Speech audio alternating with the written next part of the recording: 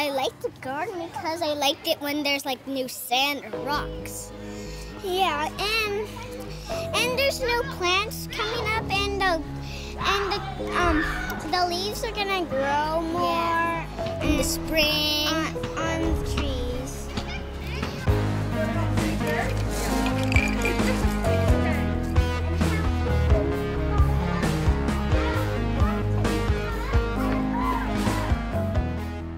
I think that Think and Eat Green at school is experimenting social learning, when we wanted to provide our students with the opportunity to move out of the ivory tower and get into the reality of the communities in Vancouver, and realizing that the food system globally expresses itself locally with similar effects, producing what we consider real epidemics of malnutrition. Globally speaking, we consider 7 billion human beings, is like a good 4 billion are malnourished, either because they're underfed, 2 billion, either because they are overfed, the other 2 billion, and with 1 billion people suffering chronic hunger. Some of these fundamental problems express themselves in Vancouver. But most recently, the Provincial Health Survey directly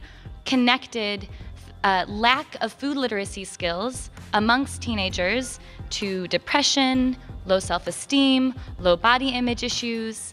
And so it's with this, and knowing that currently over 30% of Canadian youth are overweight or obese and over 60% of Canadian adults are overweight or obese, we really wanted to do something about it. And we thought that to work with, to partner with the school board and with teachers and community partners, we could have an impact in trying to change what the children eat at school, but also what they learn and how they learn about food and environment. A lot of our generation doesn't really think of food much more than what you buy at the supermarket. It's something that's packaged. You don't really know where it comes from. It's just something you consume. It's just something you consume.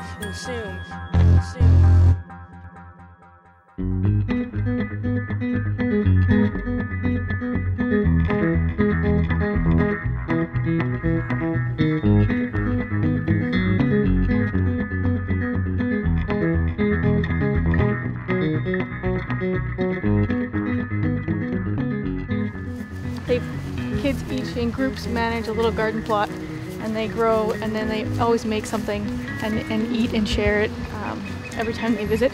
But it's nice because the kids get to see the whole growing cycle from January, where they start planting, and then at the end of the year in June they replant their gardens. But the idea is that they do it for the next group of students that's going to be sharing their garden and using their garden.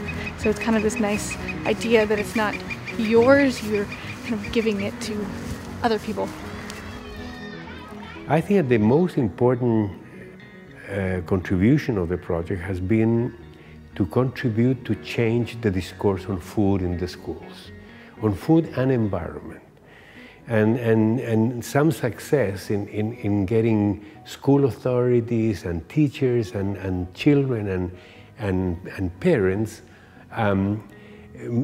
begin to make the connection between a food garden and the cafeteria in the high schools, or the lunch program in elementary schools. And we need to walk the talk. We need to provide children, teachers, administrators, ourselves and our students here the opportunity to live, to experience the entire food cycle.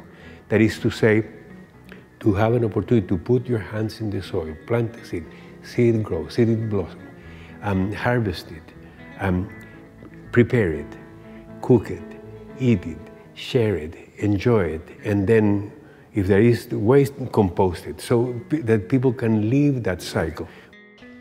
The list of what was made possible by the Think and Eat Green grants is too long to list here. I only have about 4 minutes for my part. When more classes were involved, the Harvest Party became a harvest festival. More parent volunteers helped out, and we fed almost 200 students. Getting to see how it grows, to see the dirt, to see it from little baby seedlings to come into full-blown plants, it brings you to more of a connection with the food that you're eating and to think of actually where it comes from. And you really feel like you're a part of something bigger. You're doing something much greater than yourself, greater than the individual members of the gardening club. It's something for the school and community. It really gave me a sense of community, like the people I work with, well, garden with. They're like another family to me, the teachers, the students. It also led to incredible opportunities to be in terms of building relationships with other schools and organizations who are interested in starting a garden. This project has come at the right time. A lot of schools and teachers were already starting to get involved, and Think and Eat Green, I think, has been a great stimulus to give them support, to give them ideas, to fertilize maybe the seeds that were there to help them grow. What we needed was the expertise, the capacity, the understanding of how to take and support that interest and essentially cultivate it. Many kids just don't have a chance to learn about where food comes from. They don't have a chance to actually dig in the garden. They don't live in parts of the city even where they have access to parks. Some of the results have been a much stronger connection between the idea of, oh, something grows here and then I eat it.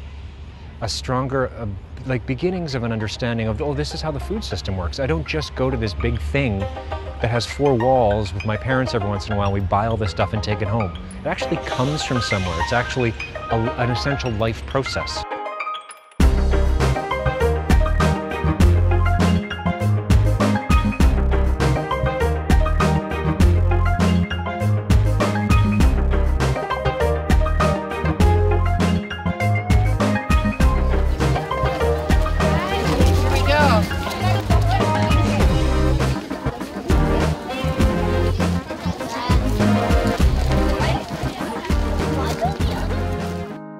The teachers, they really feel like we're giving them attention and then what they're doing is important.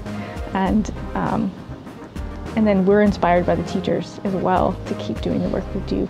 So I think we kind of get these mutual synergistic relationships going within this space. This is a great on-site way to have experiential learning at school. And that's the stuff they remember. I don't know if you think back to your elementary years. That's what I remember, going places, doing things with my hands. Yeah. And I think it's a perfect example of how, by having the Think and Eat Green team and UBC students and more people involved in our schools, these students then just take and run with the skills and are able to engage with each other in a really beautiful way, in a really peaceful way. But what I worked with was the sustainable opportunities for youth leadership in the summertime, where high school students get to learn about food and how to grow it and the food system in Vancouver and just cultivate those like leadership skills as well as cultivate the land that they go to school on. And it was really inspiring seeing them, you know, really embrace what they've learned and sharing it with their friends and blogging about it and taking different photos of the plants and making little characters for them. And it's just inspiring to see how different ages and different people gravitate towards food and what food means to them. Well, I think I've always sort of been inspired by schools and the students and the teachers who work so hard to make sure that their students have access to this type of learning. But actually getting to go into the schools and work with the teachers and the sort of the stakeholders and the champions who are actually doing something every day to make a difference has been amazing. I think this project was so beneficial because it's trying to create food citizens, to get students to think critically about where their food comes from, to engage with their food, to understand that their choices make a difference. They're not just choosing A, B, or C, or D on a test. They're not just getting a check mark. They're making an impact. And I think that that's the most important thing, and that's where education needs to move back to, is reevaluating why and what we're teaching. And what kind of citizens do we want to create? Because it's the future generation, and they are going to have a lot to deal with in the future. And we can't solve their problems, but we can give them the skills and the types of thinking, the critical thinking, the ecological thinking that they're going to need to use to solve the problems in the future.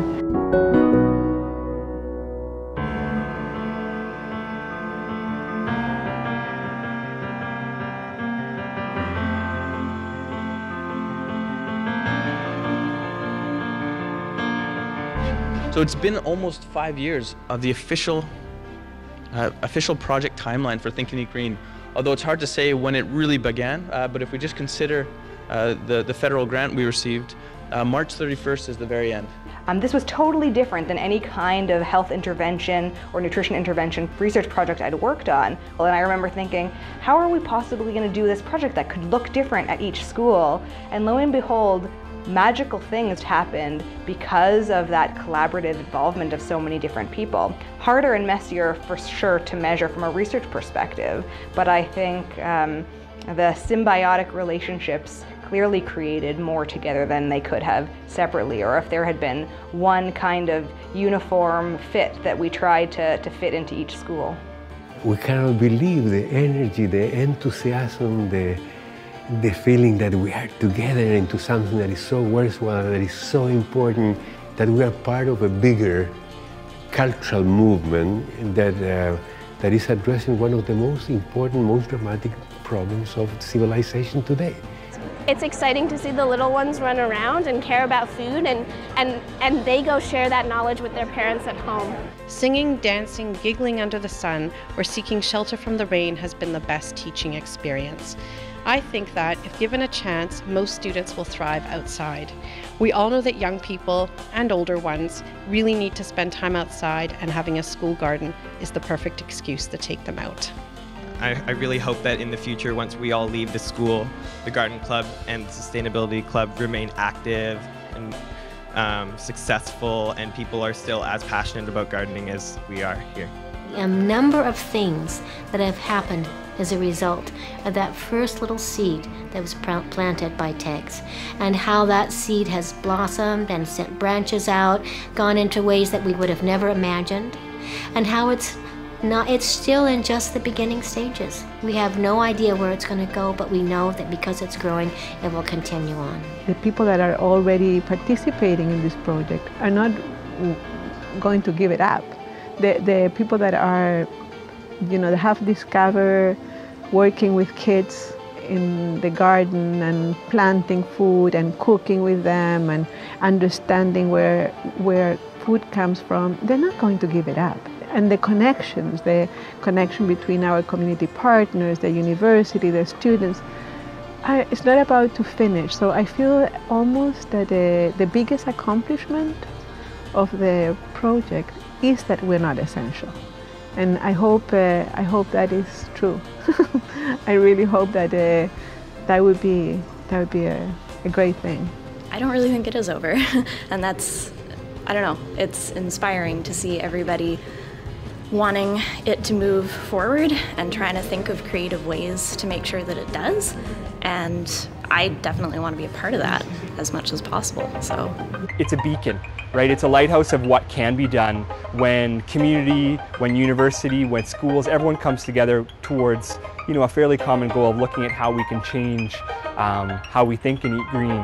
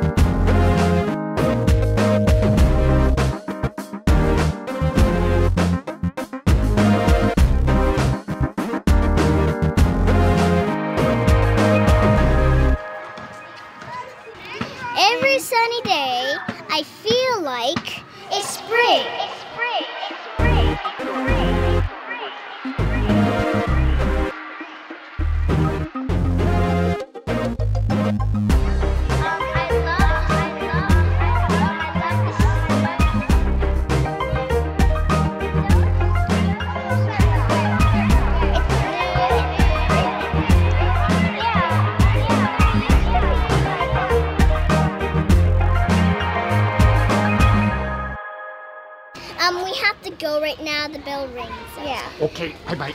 Thank you. I can't wait.